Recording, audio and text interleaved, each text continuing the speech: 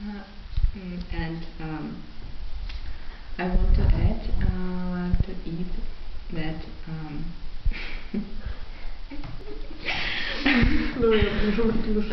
wow. Okay. The matter of the critical essay and some of her finest pieces are included in the common reader.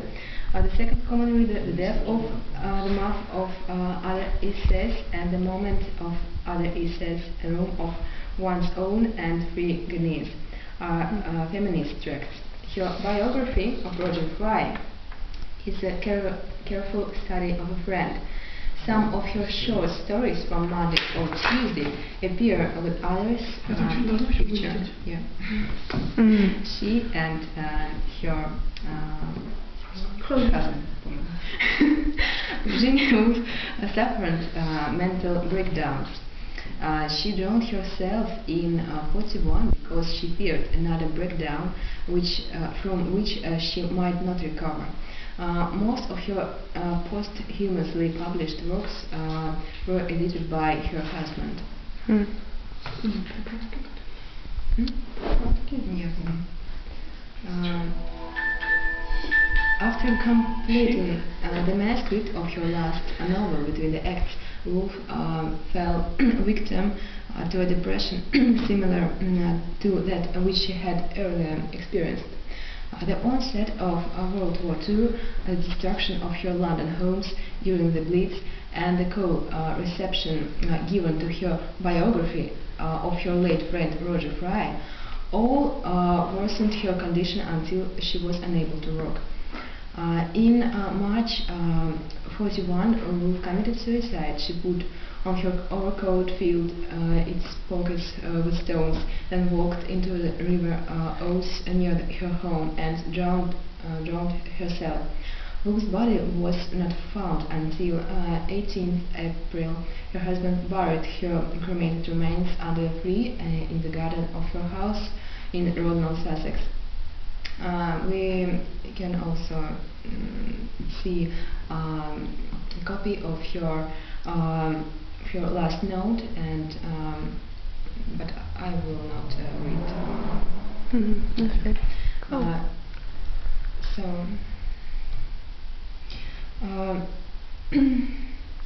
Russian point of view. One of greatest examples of the ideas of postmodernism in her literature is an essay, The Russian Point of View.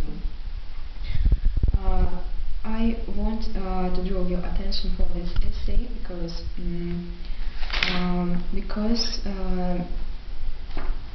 it's the most compelling piece of critical writing on the ethos of Russian literature. In it, she gathers together the grids of two previous essays, The Russian Point, The Russian View, and Chekhov's Questions, as well as her thoughts on Tolstoy and Dostoevsky.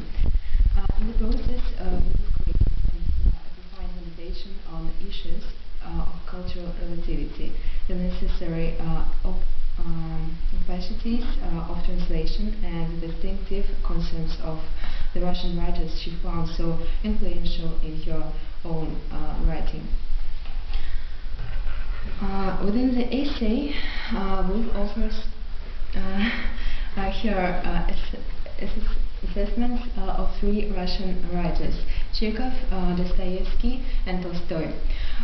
Woolf's critical prose is at its most lengthy, providing memorable encapsulations of the virtues of these titans of world literature. Describing Chekhov's oddities, she writes, "We have to cast about in order to discover where the emphasis in the strange stories rightly comes."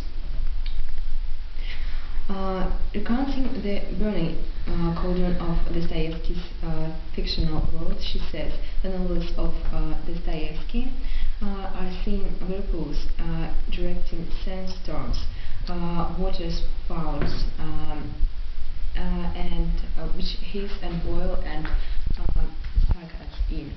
Accounting for Tolstoy's utter mastery of detail and characterization, she writes, and what his infallible reports of a code or a trick of the hands, his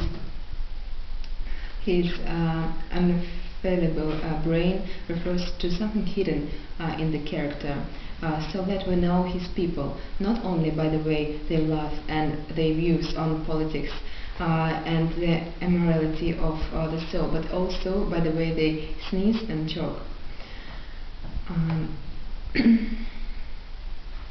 The problem of intercultural knowledge. I think that it's one of the main point of her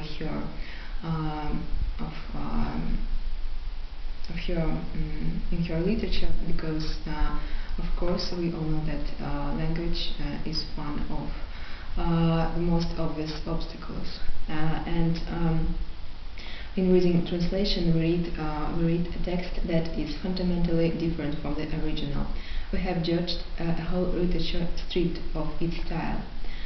For a writer so cognizant of the effects of style, translation must necessarily involve loss. The great Russian writers are like men deprived by an earthquake or railway accident, not only of all their clothes, but also of something subtler and more important, their manners, their idiosyncrasies of their characters. Woolf goes beyond mere literary differences and emphasizes that there is a disparity in nature between peoples, that the English and the Russians are so different as